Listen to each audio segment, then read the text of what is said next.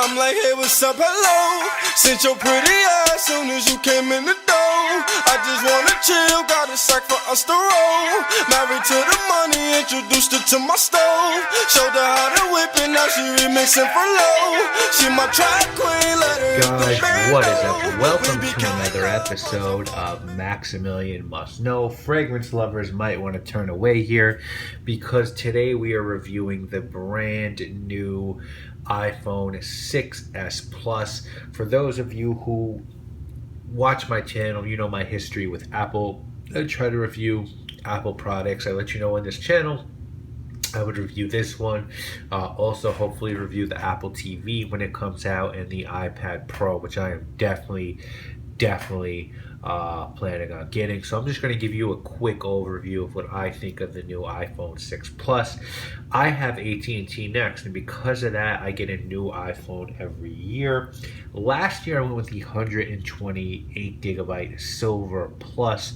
This year, I went with the 64 gigabyte Space Gray to match my watch. I felt like the 128 was a little too much. I couldn't come anywhere near to filling it up. And I also would like it to match the iPad Pro that I plan on getting down the road. Now, we all know Apple releases a new phone every year. I've had every one of them, from the original to this one. When you get the S versions every other year, you get the minor improvements. The numbered updates give you basically the new design and more features. Now, I think the iPhone design gets better every year, but my favorite in terms of a jump was really, for me, going from the 3G and the 3GS design to the 4. That plastic shell gone to the stainless steel and glass back, which now you see some Android devices copying that glass back, and the Retina display for the first time really blew my mind. And this year, guys, we got the 6s Plus, or the 6s, with mainly 3 new features. We'll talk about each one, and I'll let you know whether I think it's worth for you to upgrade or wait for the 7. Now, as far as the packaging on this one, yeah, it's just 6s Plus. I don't have the headphones in there or the plug, but you guys know the standard Apple packaging. Very, very simple, pretty much standard, although these boxes got a lot bigger with the pluses. And on the back you can see this is a 64 gigabyte. The phone looks exactly like the mine's a little dirty, looks exactly like the original 6s, except this one does have the S on the back. So nothing huge difference there. Now, the first big tentpole feature that Apple talked about was Force Touch, or Touch 3D, and I was a little confused about why they needed to re-engineer the screen to sense touch differently. Because if you ever used GarageBand on your iPad, you know that when you press down harder on the drums, you get a louder sound. So I'm a little confused as to why the screen had to be engineered, but it is what it is. But regardless, the idea here is that with different pressure, you can unlock different menus. This technology was actually introduced with the Apple Watch, but really the trackpads on MacBooks is where this one goes back to. And now the phone has a taptic engine to give you subtle feedback. So the way this works basically is, if I hold down on music, you could see, you get different options. If I hold down my mail, I can go to all inboxes. On a message, and you can see I get a lot of spam, you could hold down on that message and get a preview. If you're online and you can hold down on a site and get a preview of that site. And it works for basically all the Apple apps. So, if I hold down messages, you could write messages real quick to those people. If I hold down camera, boom, your options. If I hold down photos, you get options. Is this a killer feature? It's cool. Is it gonna change the way you interact with your phone? I don't know, possibly. I think it'll be really cool when the companies who make apps start to use it. Only a few apps really are using it now, like Instagram and Evernote. So it's definitely not a killer feature now, but it's one that I could see being very important in the future, and it's really cool. Now, the next up big feature is the new chip in this one, and that's the A9. Now, Apple claims that's going to give you gaming console quality graphics on your phone. It, of course, has 64-bit architecture. It's the third chip from Apple on an iPhone that is 64-bit. Supposedly, this is going to make CPU performance 70% better with the iPhone, which is pretty... the 6 was pretty fucking fast on its own, and they claim graphic performance will be 90% improved. These are huge leaps. Now, this one also has the new M9 chip as well, which is the motion coprocessor, and it has advances in the chip that brings together the gyroscope, accelerometer, and compass, and gives the phone the power that now allows you to say, "Hey Siri," whenever to awake the virtual assistant. You can see it did not wake. Is the chip big here? You know, I don't really mess around with games too much, but you can see like on a game like this, the graphics are pretty dope. You know, this is a racing game.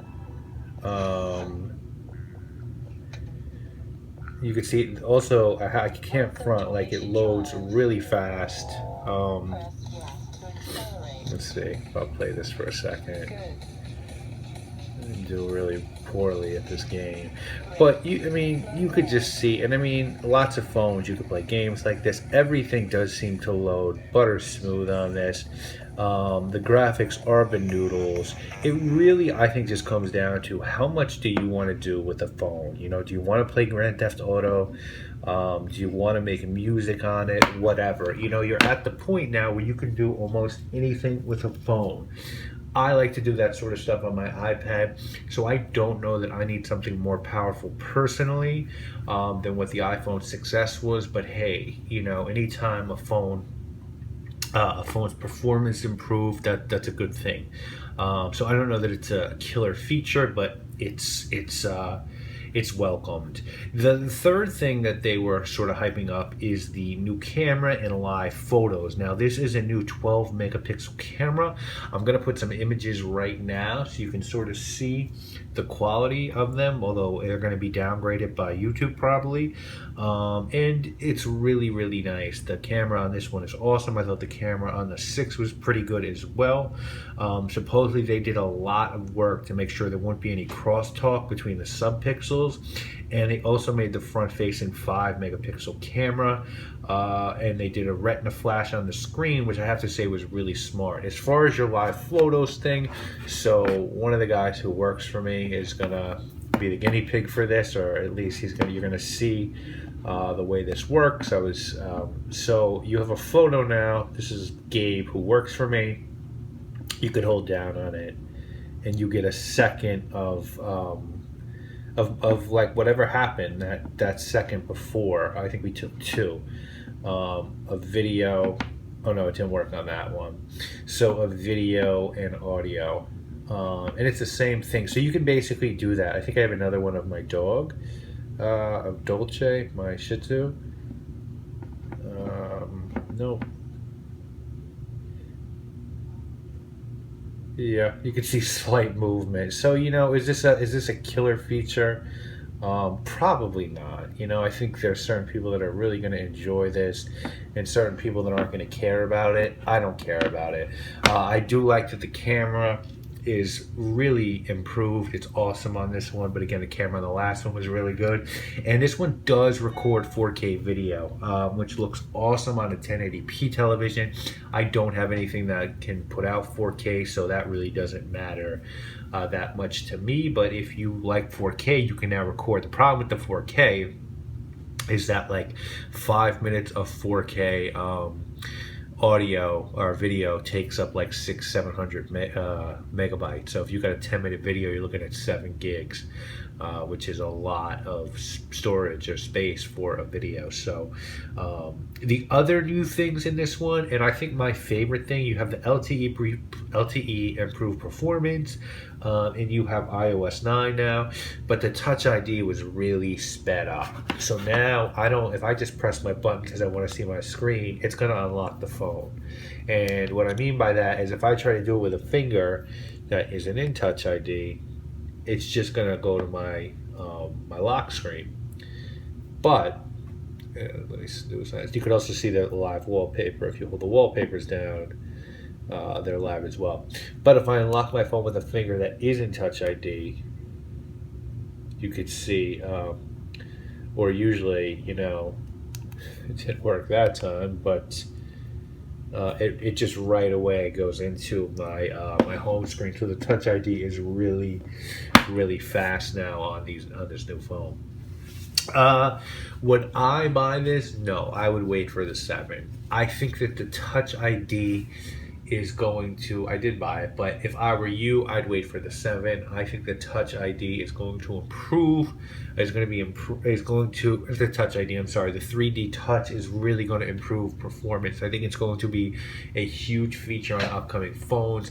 I think you'll see Android adopt it. I don't say Android copy it, and I don't say Apple copy it, because both of these guys Android and iOS like to use features that the other companies come up with and try to make them as best as possible. I think you'll see Android use this 3D Touch.